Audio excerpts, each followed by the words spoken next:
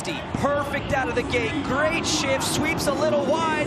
McElrath up the inside, as is Enzo Lopes, and Anstey gets pushed back to third. Now remember, the story in this race is Anstey only needs to get 7 to lock up this championship. Shane McElrath, though, out of the gate and in control of this first heat.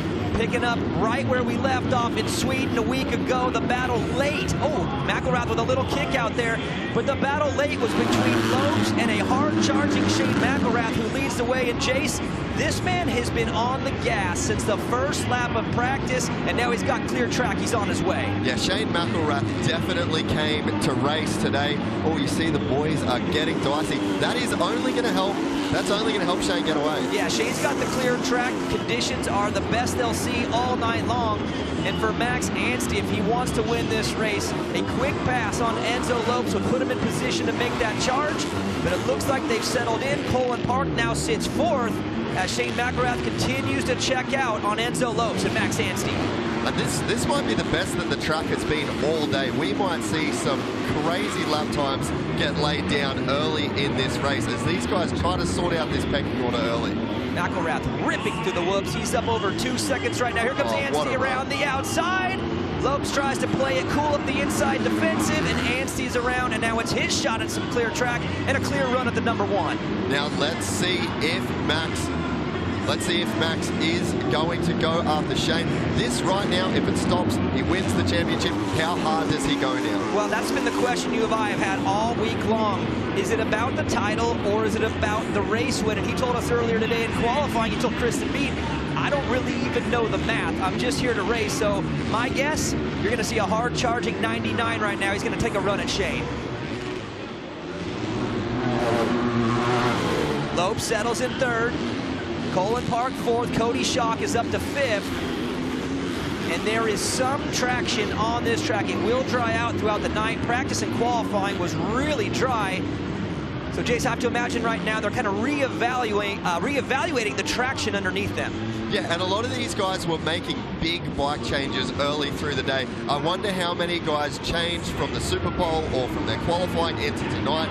That's probably going to play into this a little bit. It's just what the bike is going to do under them in these racing conditions. And for Max Anstey, he's said multiple times how much he loves his bike this season. Not a lot of changes, maybe a click or two in one direction or the other this season.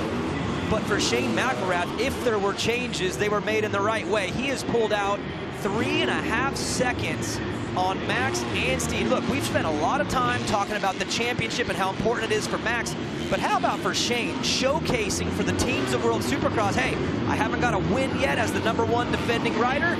He might get one right now, putting on a great clinic in this 250 class. And when you're the guy that has the #1 plate on your bike, you have to get a win on the season. It is massive. He was so close last weekend in Sweden. He just got beaten by Enzo Lopes. This would be massive in terms of momentum, in terms of his career going forward. It's been a struggle, but he is really riding himself into form at the back end of this season. And those struggles have been pretty rangy. He started the season out with a little bit of a sickness. At round 2, there was mechanical issues, had him swapping bikes to the backup bike, back to the race bike. And then since Australia, it's been getting better and better and better. And now maybe the best we've seen him all season. Yet Max Anstey is starting to close. And you have to remember, we are in a true world championship.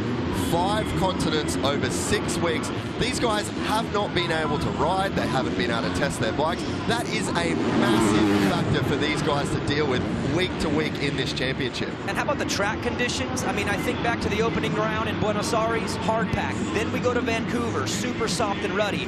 To Australia, back to hard pack. Sweden a week ago, maybe one of the softest races I've ever seen.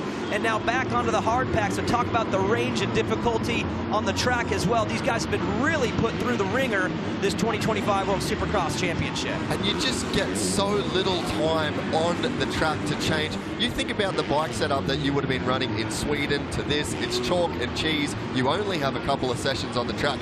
Everybody is working overtime to figure it out. But Shane McElrath has it figured out right now.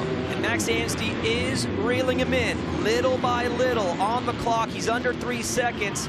But mathematically, the way they're riding right now, it would take a mistake from Shane for Max to really close that gap. I haven't seen one hiccup out of Shane McElrath since that first run through the whoops.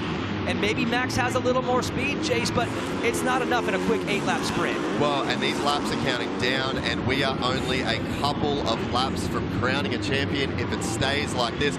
But this is going to be absolutely massive.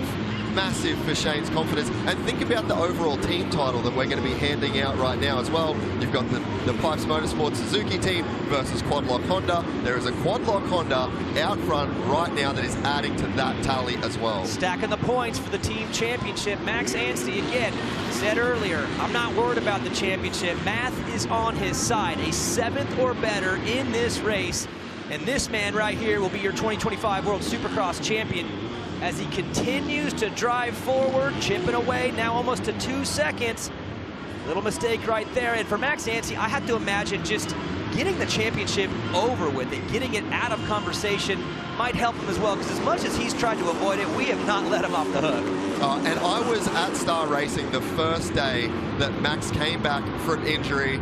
He got a motocross bike, he went to a local turn track, and he is just the definition of a grafter, as they say in the UK. Putting in the graft to get back. Majorly disappointing 2025, but I've got a feeling that this second World Championship just might make up for all of the hardship that he's faced so far this year. And he's mentioned since the opening night in Buenos Aires how important it is to win this World Supercross champion for himself, for his hometown, for his family, for his team. This one's been big for him, and he's been great all season long. And for your defending champ, Shane McElrath, I mean, this is exactly what you need to do to, I guess, just turn the story around a little bit, all right? Be good on the final night. Shane McElrath does just that as he grabs the win in sprint race number 1 of SX2, and there is your champion, Max Anstey on the GSM Yamaha team. A phenomenal season, a championship season, and that 99 turns to a 1 in 2026. Well, he made the math very easy for us with the second place. Man, that's so cool. He had his son out with him doing the lap in the opening ceremonies. He's been soaking this whole championship in. He's been enjoying traveling the world with his family, and he's won himself another championship. This is one of the feel-good stories of the year. The fans